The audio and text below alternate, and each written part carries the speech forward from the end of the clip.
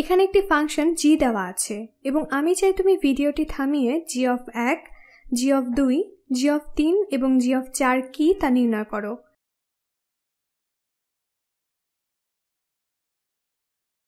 আচ্ছা, এসো এখন একসাথে করি।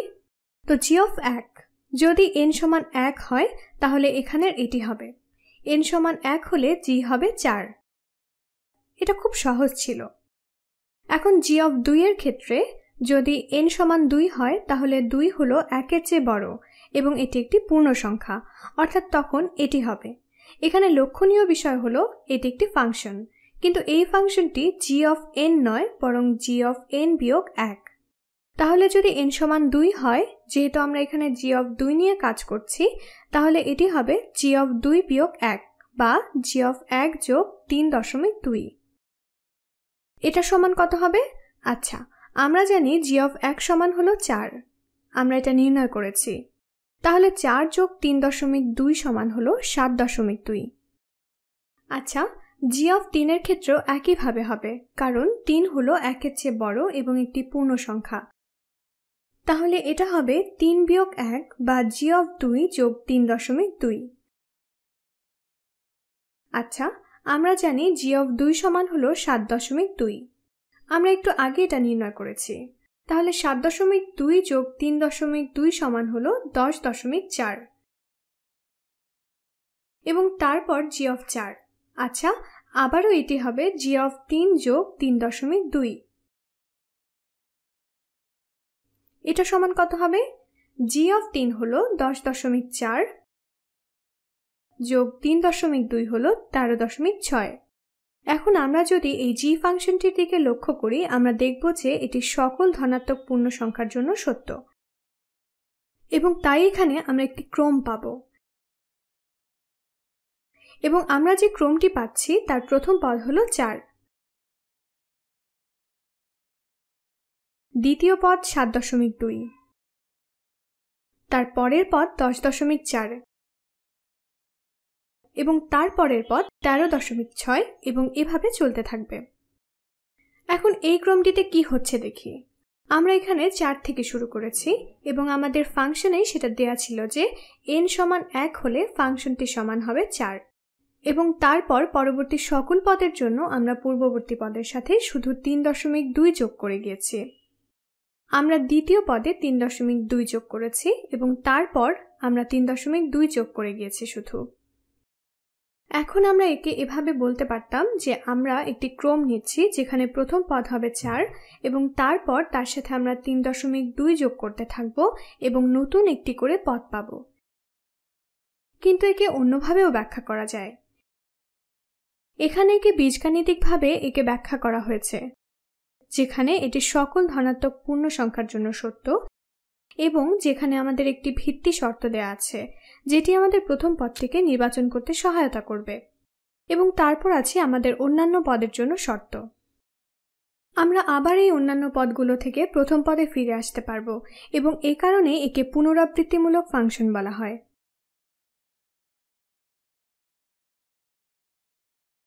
তাহলে এখানে আমরা দেখলাম যে কিভাবে পুনরাবৃত্তিমূলক ফাংশনের মাধ্যমে একটি ক্রমকে সংজ্ঞায়িত করা যায়। আমরা এখানে এটা পর্যায়ক্রমে গিয়েছি, কিন্তু আমরা উল্টোভাবেও করতে পারতাম।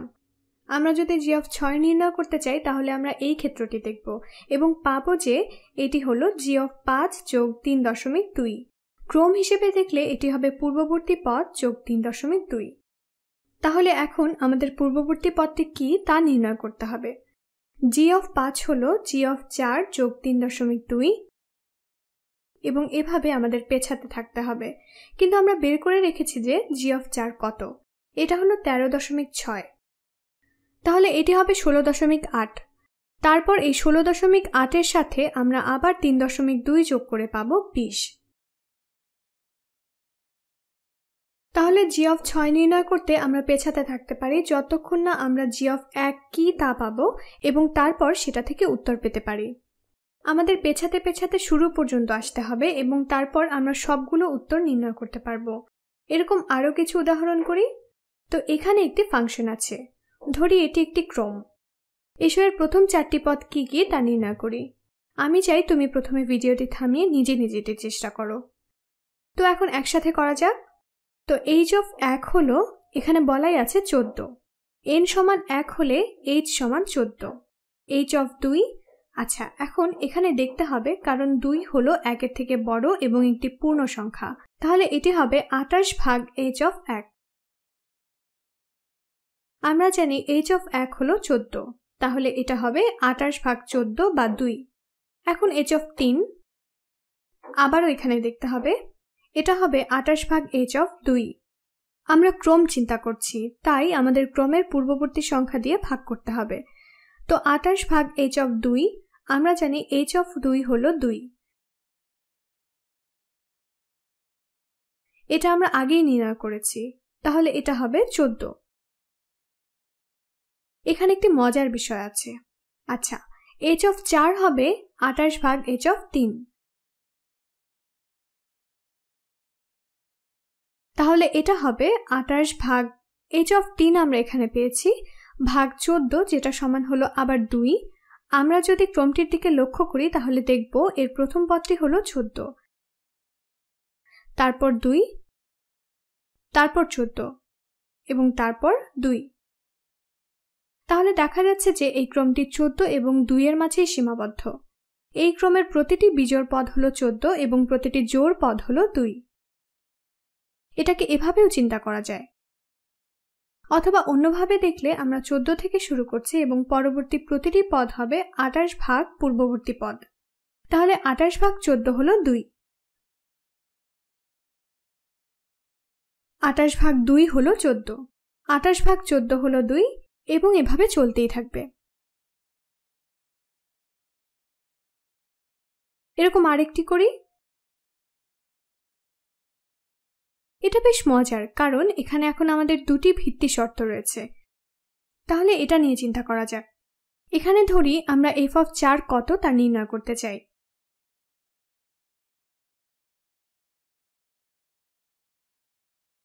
তাহলে আমরা এই শর্তে পড়ব, 4 2 এর থেকে বড় এবং একটি পূর্ণ সংখ্যা, এটা হবে 4 বিয়োগ 2। তাহলে f অফ 2 যোগ f অফ 4 বিয়োগ 1 বা f অফ 3। তাহলে f অফ 4 হবে তার আগের দুটি সংখ্যার যোগফল। তাহলে f অফ 3 কত তা নির্ণয় করি। f অফ 3 এই শর্তে পড়বে এবং এটি হবে f অফ 3 বিয়োগ 2 বা f অফ 1 যোগ f অফ 3 বিয়োগ 1 বা f অফ 2, অর্থাৎ এর আগের দুটি সংখ্যার যোগফল। f অফ 2 কত হবে দেখি। আচ্ছা, আমরা আমাদের ভিত্তির শর্তে চলে এসেছি। n সমান হলো 2, তাহলে এটি হবে ঋণাত্মক 4 এবং তারপর f অফ 1 নির্ণয় করতে গেলে আমরা দেখব যে n সমান 1 হলে f সমান ঋণাত্মক 6। আমাদের দুটি ভিত্তি শর্ত আছে এখানে। ভিত্তির শর্ত আমাদের প্রয়োজন, কারণ তা না হলে আমাদের পুনরাবৃত্তি হতেই থাকবে এবং আমরা কোনো সত্যিকার সংখ্যা পাবো না। কিন্তু এখন আমরা এই মানগুলো ব্যবহার করতে পারি। তো ক্রমটি হলো ঋণাত্মক 6 এবং তারপর আমরা পেয়েছি ঋণাত্মক 4। তারপর তৃতীয় পদটি হলো আগের দুটি পদের যোগফল। ঋণাত্মক 6 যোগ ঋণাত্মক 4 হলো ঋণাত্মক 10 এবং তারপর আমাদের চতুর্থ পদটি হলো আগের দুটি পদের যোগফল। আমরা এখানে সেটা দেখতে পাচ্ছি, f অফ 2 যোগ f অফ 3। ঋণাত্মক 4 যোগ ঋণাত্মক 10 হলো ঋণাত্মক 14 এবং আমরা এভাবে করে যেতে পারি। তাহলে এটি হলো ঋণাত্মক 14। এই ভিডিওটির উদ্দেশ্য ছিল পুনরাবৃত্তিমূলক ফাংশনের সাথে পরিচিত করা এবং দেখানো যে কিভাবে আমরা ক্রমকে ব্যাখ্যা করে থাকি। আশা করি বুঝতে পেরেছো।